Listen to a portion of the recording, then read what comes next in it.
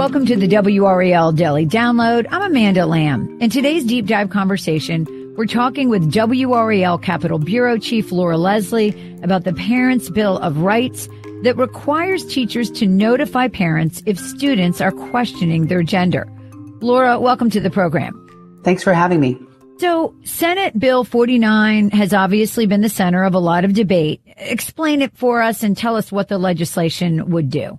Right. Well, overall, it sort of puts together a lot of things that are already in the law about what rights parents have in terms of their children's education and their children's medical care and health care. It sort of outlines those. That's why it's the Parents' Bill of Rights. So it does a couple things. One thing that it would do is ban any mention of sexual orientation or sexuality or gender identity from the curriculum or classroom materials in grades K through 4. So, for example, you might have a classroom teacher who likes to read a book about a transgender boy. That would not be allowed under this. And students could initiate, so it's not quite the same as the Don't Say Gay law, right? Because in Florida, they can't even talk about anything like that. But what it does say is if a student asks a question or brings it up, then they can have a discussion about it, but it should not be part of what students are, what they're supposed to be learning.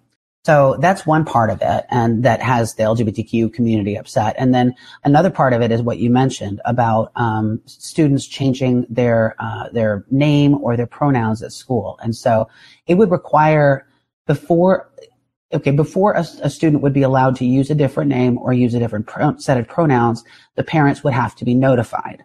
Now, the sponsors of the bill say that's because parents should know if something that major is going on in the life of their child.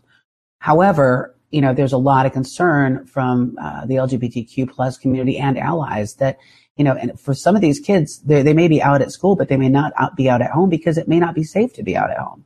And outing that child could put that child in danger of maybe, abuse, maybe being kicked out of the house.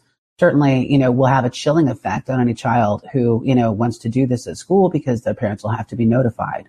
And a lot of kids do socially transition at schools before they come out to their parents as a way of sort of getting more comfortable with what they're doing before they have to talk to their parents about it, and risk rejection, of course. And you touched on this. I mean, this is a largely Republican-backed bill. What do the sponsors say about the need for it and why now?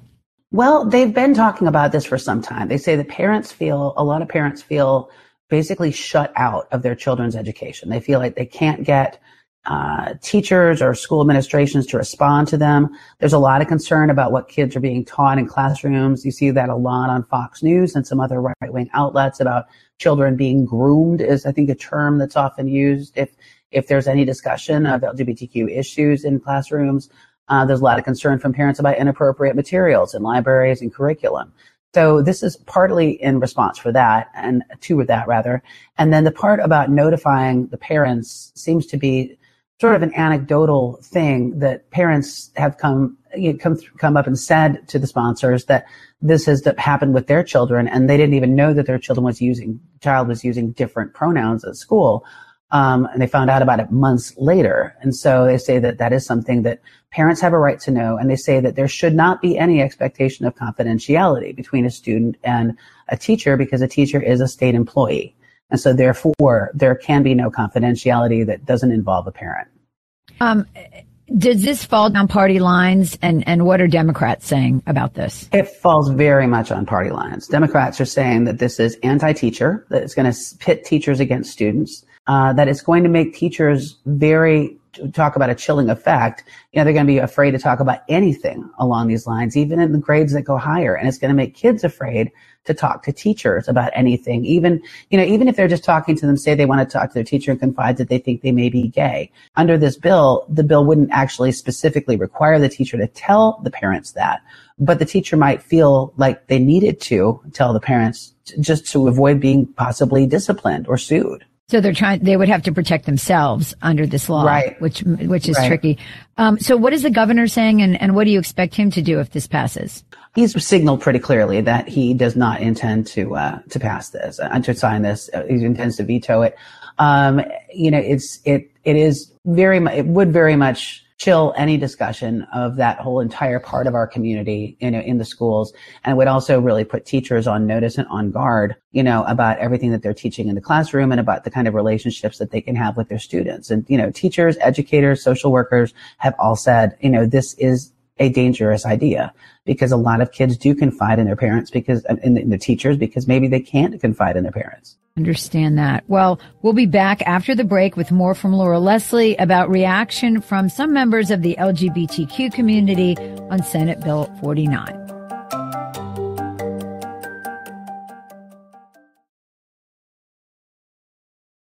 Welcome back to the WRAL Daily Download. I'm talking with WRAL Capitol Bureau Chief Laura Leslie about the Parents' Bill of Rights.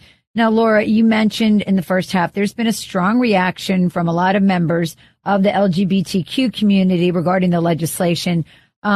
What's their main focus here on arguing against this? Their main focus is the impact that it's going to have on LGBTQ youth. They are already, especially transgender youth, they're already far, far more likely to attempt and successfully commit suicide. They're also far more likely to self-harm. They're more likely to be bullied, and they're more likely to be killed. And so they say this is a very vulnerable segment of the population. And why are they being targeted, right? If it's not, this bill, then it's bathrooms or it's sports, it's all anti-trans kids. And they're also, they say, you've heard various people, including DHHS Secretary Cody Kinsley, for example, talked about how a teacher saved his life as a young man who was realizing that he was gay, and that's who he was able to talk to, right? And then we heard also Senator Lisa Grafstein, who is the only LGBTQ, I think openly LGBTQ member of the Senate, stood up and spoke during this debate. She talked about her experience and how important it was to her to be able to talk to teachers and to be able to sort of get that feedback from them and that reassurance from them that everything was going to be all right.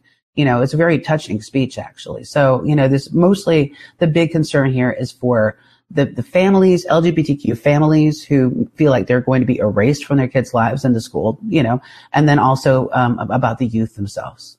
So are teachers' organizations coming out against this? I mean, how is that? What's happening on that front?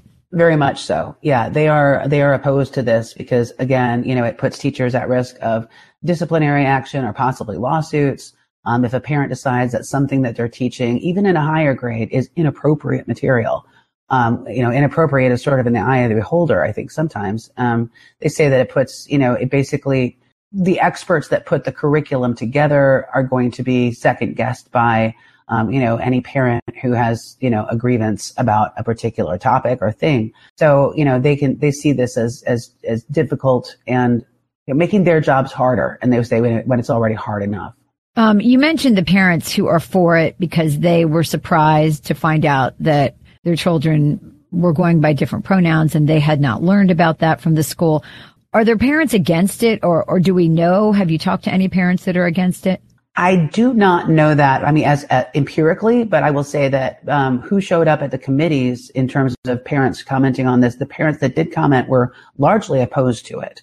And a lot of those were parents of LGBTQ kids, or parents who themselves were LGBTQ, or parents who were just simply concerned about, what this would do to, the relationship between their child and teachers. So yeah, there are plenty of parents who are opposed to it. Tell me about next steps in this legislation. Well, it's made it through the Senate, so it's going to go to the House. Now, we've already been told by House leaders that they are likely to draft their own version of it. So it sounds like they may not take up the Senate bill, or they might simply rewrite it. But I don't get the sense that that is moving quickly at this point. If it does get through both chambers and both chambers are able to agree on the same version of it, and it goes to the governor, and the governor is likely to veto it. This is another one of those where it's a one vote thing, to override a veto at this point. So if one Democrat votes with the Republicans in the House, or if two Democrats are simply absent one day when all the Republicans are present, then they can't override the veto. So it seems likely that what will happen is if it does pass and it is vetoed, they'll be holding on to it for a while, waiting to pull the trigger until the day when the mix in the chamber is right. It makes me think about the fact that we're doing this story, and we did the story about the anti-rioting bill as well. It seems like anytime you're talking about culture race, gender. These are hot button issues, and people get very emotional, I would think, in terms of how they look at these pieces of legislation. They do. They're very polarizing, and they're polarizing in the debates and in the public comments, in the reaction to them. We see a lot of press conferences and protests. So it's very much culture war bill. I mean, all this, a lot of these bills so far that we've seen this year have been. And those are the bills that the Republican base want to see, right? And the Republicans won nearly a supermajority. So they say they have a mandate, to move forward with legislation like this, even though folks on the other side of the aisle, see it as sort of anathema, to what they believe in. And I know you'll continue to follow this again years before something like this might go through. I mean, where is that process? It could go through in the next couple of months. It could go through at the end of the session. It could go through next year. It's hard to say. Okay. Laura, once again, thank you so much for your time and your insight. And thank you for listening to the WRAL Daily Download and making us part of your morning routine. If you like what you're hearing, please rate us on Apple Podcasts or whatever podcast app you use. Another great way to get WRAL news is the Morning Briefing newsletter. It's a daily email waiting in your inbox every morning with Triangle News events and headlines to get you ready for the day. Sign up at WRAL.com/newsletter.